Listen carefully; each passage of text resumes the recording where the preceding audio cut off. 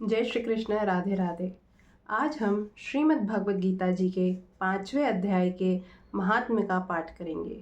ओम श्री परमात्मने नमः। श्रीमद् भगवद गीता के 5वें अध्याय का महात्म्य। श्री भगवान कहते हैं, देवी, अब सब लोगों द्वारा सम्मानित 5वें अध्याय का महात्म्य संक्षेप से बतलाता हूँ। सावधान होकर सुनो।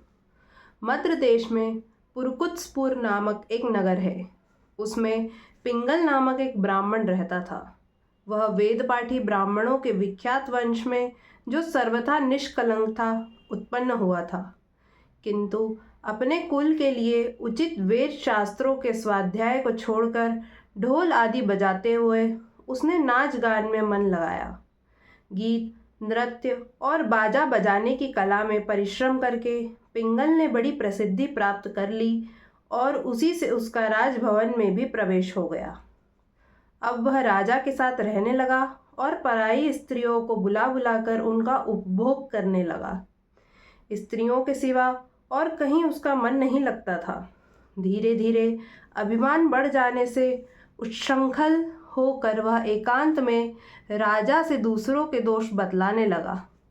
पिंगल की एक स्त्री थी जिसका नाम था अरुणा। वह नीच कुल में उत्पन्न हुई थी और कामी पुरुषों के साथ विहार करने की इच्छा से सदा उन्हीं की खोज में घूमा करती थी। उसने पति को अपने मार्ग का कंटक समझकर एक दिन आधी रात में घर के भीतर ही उसका सिर काटकर मार डाला और उसकी लाश को जमीन में गाड़ दिया। इस प्रकार प्राणों से वियुक्ति होने पर वह यमलोक में पहुंचा और भीषण नरकों का उपभोग करके निर्जन वन में गिद्ध हुआ। अरुणा भी भगंदर रोग से अपने सुंदर शरीर को त्याग कर घोर नरक भोगने के पश्चात उसी वन में शुकी हुई। एक दिन वह दाना चुगने की इच्छा से इधर उधर फुदक रही थी।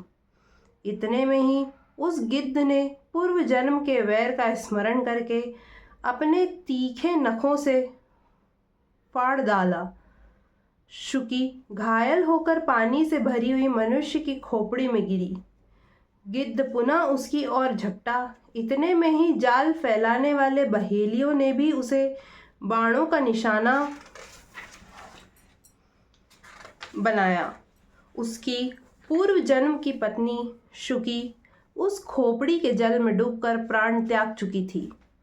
फिर वह क्रूर पक्षी भी उसी में गिरकर डूब गया।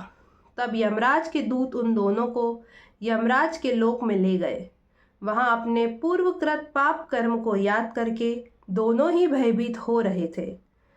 तदनंतर यमराज ने जब उनके घृणित कर्मों पर दृष्टिपात किया, तब उन्हें मालूम हुआ कि मृत्यु के समय अकस्मात खोपड़ी के जल में स्नान करने से इन दोनों का पाप नष्ट हो चुका है। तब उन्होंने इन दोनों को मनोवांछित लोक में जाने की आज्ञा दी। यह सुनकर अपने पाप को याद करते हुए वे दोनों बड़े विस्मय में पड़े और पास जाकर धर्मराज के चरणों में प्रणाम करके पूछने लगे, भगवान, हम दोनों ने पूर्व जन्म में अत्यंत घृणित पाप का संचय किया है। फिर हमें मनोवांछित लोकों में भेजने का क्या कारण है, बताइए। यमराज ने कहा, गंगा के किनारे वट नामक एक उत्तम ब्रह्म ज्ञानी रहते थे। वे एकांत सेवी, ममता रहित, शांत, विरक्त और किसी से भी द्वेष न रखने वाले थे। प्रतिदिन गीता के 5वें अध्याय का जप करना उनका सदा का नियम था। 5वें अध्याय को श्रवण कर लेने पर महापापी पुरुष भी सनातन ब्रह्म का ज्ञान प्राप्त कर लेता है। उसी पुण्य के प्रभाव से शुद्ध चित्त होकर उन्होंने अपने शरीर का परित्याग किया था। गीता के पाठ से जिनका शरीर निर्मल हो गया था, जो आत्मज्ञान प्राप्त कर चुके थे, उन्हीं महात्मा की खोपड़ी का जल पाकर तुम दोनों पवित्र हो गए हो।